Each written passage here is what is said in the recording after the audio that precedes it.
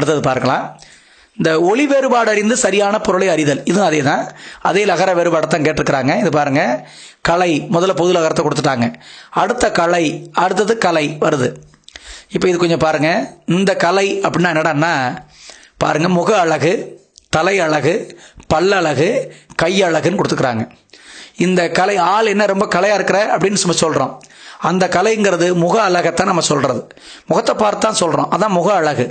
அப்ப அடுத்த கலை மூங்கில், முடிவுக்கு வந்துடலாம். அடுத்த கலை ஓவியம், அதான் சரி. அடுத்தது பார்க்கலாம். பாருங்க, இதுவும் அதே ஒளி வேறுபாடு அறிந்து சரியான பொருளை அறிதல். இப்ப பாருங்க, இதுவும் அதே லகர வேறுபாடுலே வந்திருக்கிறது. பொலி, பொலி, பொலி. பாருங்க, பொலி என்பது இப்ப நீங்க ஏதாவது ஒரு சொல்லுக்கான கண்டுபிடிச்சுக்கலாம். பாருங்க, பொலியில வந்து அழகு, அடுத்தது அழகு, இது அடுத்ததுல பழகு கீழே வந்துருங்க. அடுத்தது பாருங்க வளமை, அடுத்தது பாருங்க மகிழ்வு. இப்ப நம்ம இதை சொல்றோம், ரொம்ப பொலிவா இருக்கிற அப்படின்னு சொல்றோம். அதிலே நீங்க கொடுத்து கண்டுபிடிச்சுக்கலாம். பொலிவு என்பது அழகு என்பதுதான் சரியான பொருள். அப்ப அழகு, அடுத்த பொலி கொத்து, அடுத்த பொலி ஊற்று, ஊற்றுங்கிறது தான் பொலி அப்படின்னு சொல்றது. பாருங்க, சரியான விடை. ஒளி வேறுபாடு அறிந்து சரியான பொருளை அறிதல், இதுவும் பாருங்க லகர வேறுபாடு தான். வலை, வளை, வளை. இந்த வலை வந்து பாத்தீங்கன்னா சாதாரண வலை, சிலந்தி வலை அப்படின்னு சொல்றோம். சிலந்தி வாழிடம் சரியா இருக்க முடியும், முதல் விடை கொடுத்துக்கிறாங்க. அடுத்த வலை அப்படின்னா இது துவாரம்னு பேரு. இப்ப இந்த வலை வந்து பாத்தீங்கன்னா நீங்க கிராமங்களில் வழங்குற வழக்கு சொல்ல உண்டு. எப்படின்னா மடை துவாரத்தை, மடை வலை வரிச்சு விடு அப்படிம்பாங்க. அப்படின்னா மடை துவாரத்தை திறந்து விடு அப்படிங்கிறது பொருள். அடுத்தது அந்த வலை, சிறப்பு லகரம் வந்து பாத்தீங்கன்னா புன்னை மரம் அப்படிங்கிற பொருள்ல வரும். அடுத்தது சரியானது. அடுத்தது பார்க்கலாம். ஒளி வேறுபாடு அறிந்து சரியான பொருளை அறிதல். வேலம், வேளம், வேளம். இப்ப நீங்க பாருங்க, இதுல இந்த வேலம்ங்கிறது வேளாமரம். அடுத்து இந்த பொதுலகர வேளம் அப்படிங்கிறது சிறைக்களம். வேளம் சிறப்புலகரம் வந்து யானை. இது உங்களுக்கு சரியான விடை. இப்ப அடுத்தது பாருங்க, ஓரெழுத்து ஒரு மொழியில் உரிய பொருள் தரும் தொடரை தேர்வு செய்க. கை பாருங்க, கீழே செய்கை, ஓர் உறுப்பு, சேர்க்கை, வாழ்க்கை, எல்லாம் கையில முடியுது. ஆனா ஒண்ணுல மட்டும் ஒரு உறுப்புன்னு இருக்கு. கை என்பது ஒரு உறுப்பு, சரியான விடை. அடுத்து பாருங்க, ஓரெழுத்து ஒரு மொழிக்குரிய பொருளை கண்டறிக. பூன்னு கொடுத்தாச்சுங்க. கீழே பாருங்க, மலர், மல்லிகை, முல்லை, மனம். நிறைய பேர் இதை என்ன தேர்வு செய்யும்னா மல்லிகை பூ அப்படின்னு சொல்லிடுவோம். அதல்ல, பூ என்றால் மலர் என்பதுதான் பொருள். அடுத்தது பாருங்க, வேறு சொல்லை வினைமுற்றாக்குக. நில், இப்ப வினைமுற்றாக்குகன்னு கேட்டிருக்கு. நின்றான் சரியா இருக்க முடியும். நின்ற, நிற்க, நிற்றல். நிற்றல்ங்கிறது தொழில் பெயர், அல் வீதியில முடிகிறது. நிற்க இல்ல, நின்ற எச்சமாக நிற்கிறது. அப்ப நின்றான்னா முற்று. பார்க்கலாம். இதுவும் அதே தான். பாடு என்பதனுடைய வினைமுற்று கேட்டிருக்கிறது. பாருங்க, பாடி எச்சமாக நிற்கிறது. பாடிய, பாட, பாடுகின்றாள் அப்படிங்கிறதுக்கு பாடுகின்றான் வந்தாலும் சரி. ஏன்னா இது பெண்பால் விகுதி, அவ்வளவுதான். அது ஆண்பால் விகுதியா வந்தாலும் அதே வினைமுற்று தான், மறந்துடக்கூடாது. அடுத்தது வேறு சொல்லை வினைமுற்று ஆக்குக. செய். பாருங்க, செய்த, செய்ய, செய்தான், செய்ய. இப்ப நீங்க கண்டுபிடிச்சிருவீங்க, செய்தான், அதான் சரியான வினைமுற்று. அடுத்தது பாருங்க, செல், செல்க, செல்ல, செல்வான், செல்லா. இப்ப இதுவும் அதே தான், செல்வான் சரியா இருக்கிறது. அடுத்தது பார்க்கலாம். பார். பாருங்க, பார்த்த, பார்க்க, பார்த்தான், பார்க்கும். இப்ப எது முற்றா இருக்கிறது? பார்த்தான் என்பதுதான் வினைமுற்று, சரியா இருக்கிறது. அடுத்தது பாருங்க, விழு என்ற வேர் சொல்லின் வினைமுற்று. இப்ப விழுங்கிறது கண்டுபிடிச்சிருவீங்க. விழுந்து, விழுந்த, விழுகின்ற, விழுந்தான், விழுந்தான்ங்கிறது வினைமுற்று. பொலி என்பதன் வியங்கோல் வினைமுற்று தருக, அதான் முக்கியம். பொலி, நீங்க வியங்கோல் வினைமுற்றுனாலே வேர் சொல் இருந்து கா சேர்த்துட்டீங்கன்னா அது வியங்கோல் வினைமுற்று, அவ்வளவுதான். பொலிங்கிற சொல்ல கா சேர்த்துக்கிற வேண்டியது, அவ்வளவுதான். பொலிவு, பொலிதல், பொலிக வந்துருச்சு. பொலிந்தான் இருக்கு, அது வினைமுற்று உங்களுக்கு தெரியும். பொலிதல் தொழிற்பெயர் தெரியும். பொலிவு அப்படிங்கிறது அது ஒரு எச்ச சொல், அது ரெண்டாவது பெயர் சொல்லா கூட இருக்கலாம், பெயர் சொல்லாவும் வரும், அதான் முக்கியம். பொலிக அப்படிங்கிறது சரியான விடை. பாருங்க, அகர வரிசைப்படி சொற்களை சீர் செய்தல், இது உங்களுக்கு தெரியும். எழுதினேன், இசை, அரசியல், ஈன்றனல். பாருங்க, அரசியல் ஆல தொடங்குகிறது, அடுத்தது ஈ இருக்கிறது. அப்ப அந்த வரிசை முறைகளை நீங்கள் முதலில் பார்க்க வேண்டும். ஒரு சீரினுடைய முதல் எழுத்தை முதல்ல கவனிக்கணும். அப்ப பாருங்க, இது மூணாவதுல பாருங்க, அரசியல், இசை, ஈன்றனல், எழுதினேன் சரியாக இருக்கிறது. அப்ப அது சரியான விடை. அடுத்தது பார்க்கலாம் அகர வரிசைப்படி அமைந்த விடை. இது அதே தான். ராசராஜன், ஆராய்தல், உலா, அந்தாதி. அப்போ அகரத்தில் தொடங்குகிறது. அடுத்தது பாருங்க அந்தாதி, ஆராய்தல், ராசராஜன், உலா. அப்போ சரியான விடை. இதெல்லாம் நீங்கள் வேகமாக கண்டுபிடிச்சு விடலாம். அடுத்தது பாருங்க அகர வரிசைப்படி அமைந்த சொற்களை தேர்க. அன்பு, இன்பம், ஓமை, ஏற்றம். இதுவே சரியாக வர்றது மாதிரி தான் இருக்குது. ஆ, இ, உ, ஏ சரியாக இருக்கிறது. அப்போ அடுத்த தேவையில்லை. அடுத்தது பார்க்கலாம். பொருள் அறிந்து பொறுத்துக. பாருங்க ஒரு பக்கம் சொல்லு, அதற்கு இணையான பொருளை கொடுத்துட்டாங்க, பார்க்கணும். கரி, கரினா உங்களுக்கு தெரியும், கரிகாலன் அப்படின்னு சொல்கிறீங்க. கரினா இந்த இடத்துல நிறத்தை குறிக்கிறது ஒன்று இருக்குது, இன்னும் ஒன்று யானை அப்படிங்கிற ஒரு பொருளும் உண்டு, பார்த்துக்கிறணும்.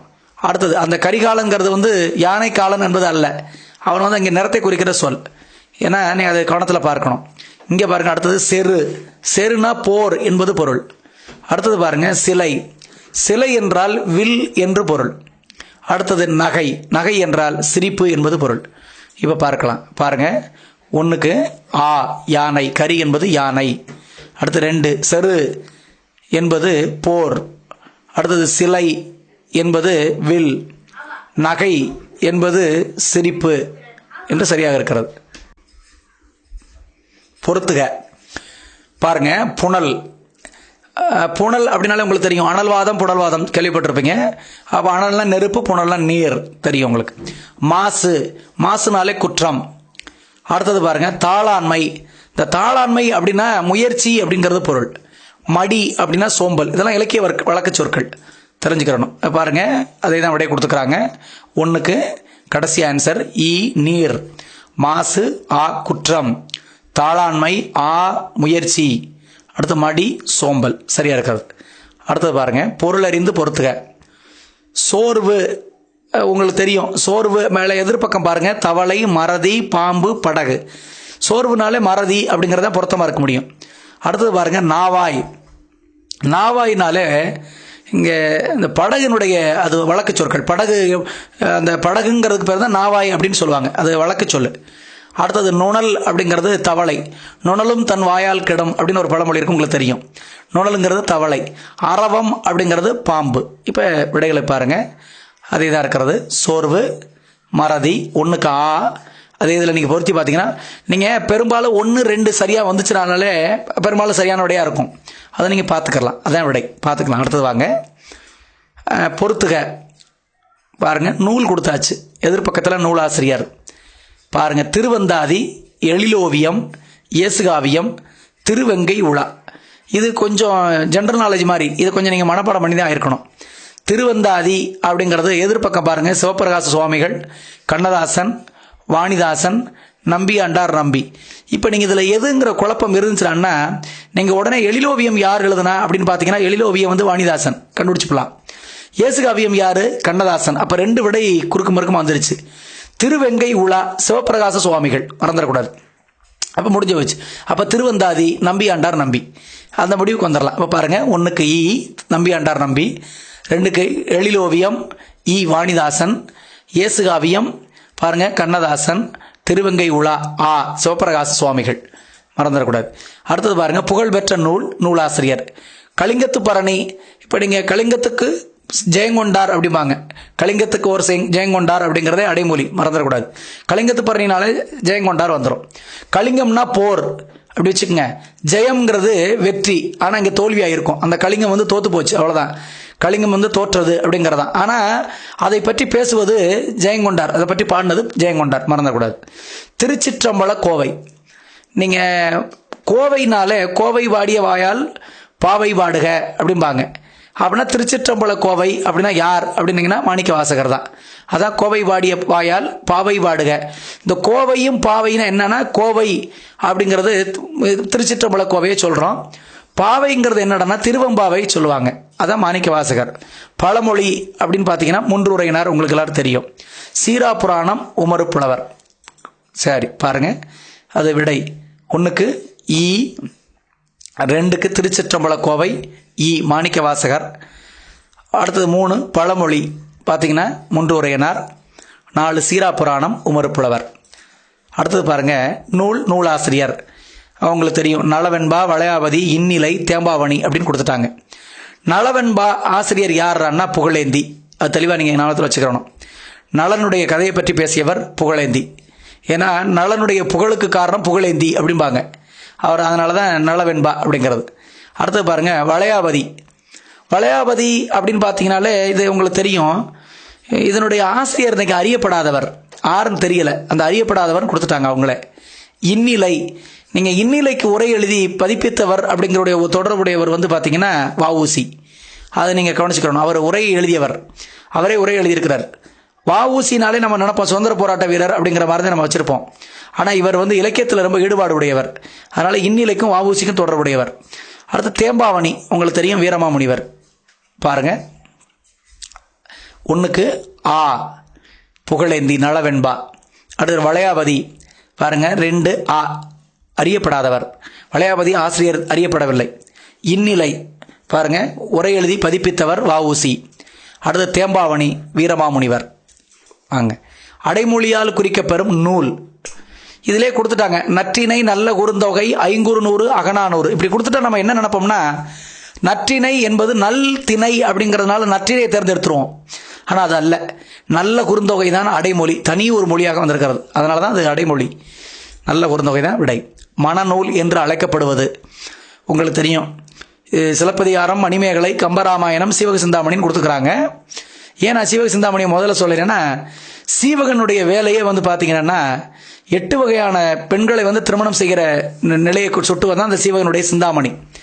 அதனால தான் அது திருமணம் பண்ணிகிட்டே போவான். அதுக்கு பேர் எதுக்கு மணநூல் அப்படின்பாங்க. அதனால சீவக சிந்தாமணி மணநூல் அப்படிங்கிறது. அடைமொழியால் குறிக்கப்படும் நூல் தமிழ் மறை. நீங்கள் தமிழ் மறைனா வேதம் அப்படின்னு சொல்கிறோம். தமிழ் மறை எனும் சிறப்புடைய நூல் உங்களுக்கு தெரியும், திருக்குறள் அப்படிங்கிறது எல்லாரும் அறிந்ததுதான்.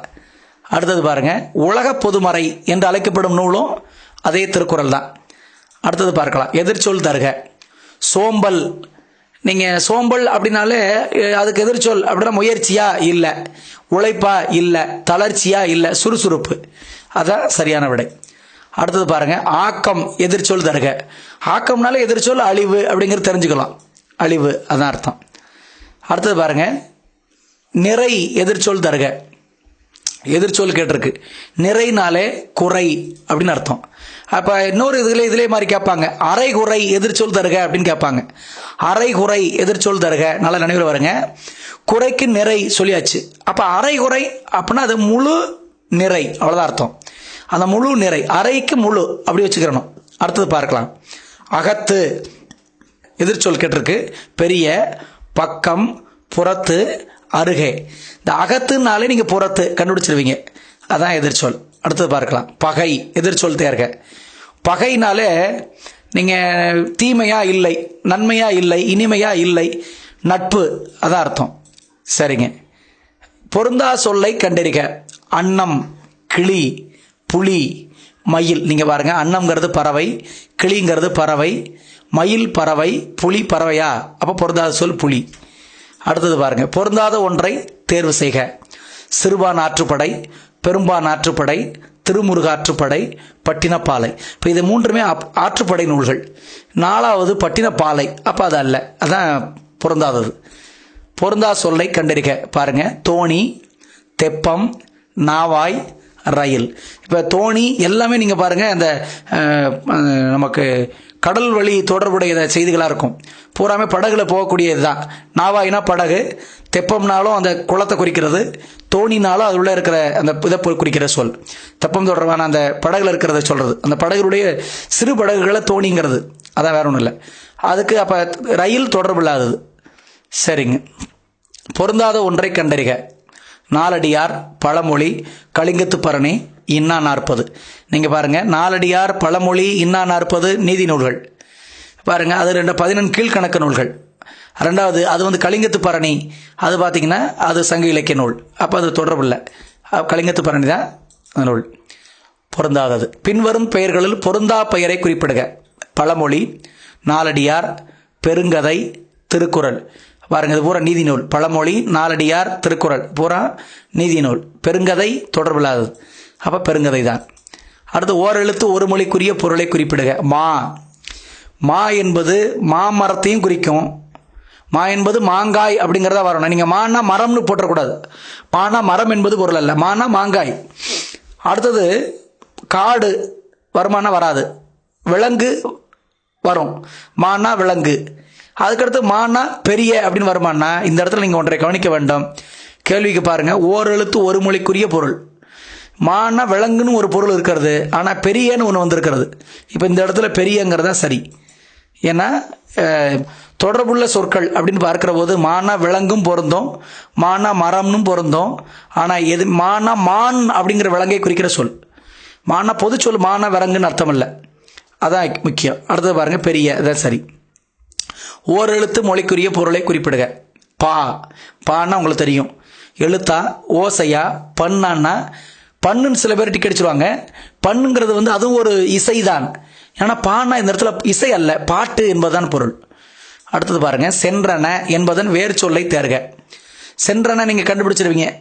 சென் சரியானா இல்லை, சென்ற இல்லை, சென்று இல்லை, செல், அதான் சரி. நீங்க எப்பவுமே வேர் சொல்லுனாலே வேர் சொல்லுக்கு பொருள் தரும். சென்ங்கிறது பொருள் தரல. சென்ற எச்சம், சென்ற மாணவர், பெயர் எச்சம். சென்று, அதுவும் இது வினை எச்சம், சென்று வந்தான், அப்ப அதுவும் அல்ல. அடுத்தது பார்க்கலாம். கற்றவர் உங்களுக்கு தெரியும் என்பதன் சொல்லை தேர்வு செய்க. கற்றவர், கற்க வருமானம் இல்லை, அது வியங்கோல் வினைமுற்று. கள் வருமானம் வராது. அந்த கல்லுங்கிறது வந்து அது கல்லுங்கிறது குடித்தல், அதான் அதை குடிக்கிறதுக்கான அந்த பான வகை. கற்று அப்படிங்கிறது எச்சம், கற்று வந்தான் வினை எச்சம். அது கல் அப்படிங்கிறதா சொல், சரியான சொல். பார்க்கலாம். வேறு சொல்லை தேர்வு செய்க. நின்றார், நில், நின், நின்ற, நின்று. நீங்கள் இதில் கண்டுபிடிச்சிருவீங்க, நில் அப்படிங்கிறதா. அடி என்ற வேறு சொல்லின் வினை எச்சம். நல்லா கவனிங்க, வினை எச்சம் கேட்டிருக்கு. அடித்தானா, அடித்தான் இல்லை. உதைத்தான் இல்லை. இடித்தான் இல்லை. அடித்து என்பது சரியான விடை. ஏன்னா எச்சம் தான் கேட்டிருக்கு. தேடு என்ற சொல்லை வினையால் பெயராக்குக. நீங்கள் இந்த பாருங்க, தேடுதல், தேடிய, தேடுவார், தேடும் கொடுத்துருக்கு. இப்போ இதில் கொஞ்சம் குழப்பமான ஆன்சர்.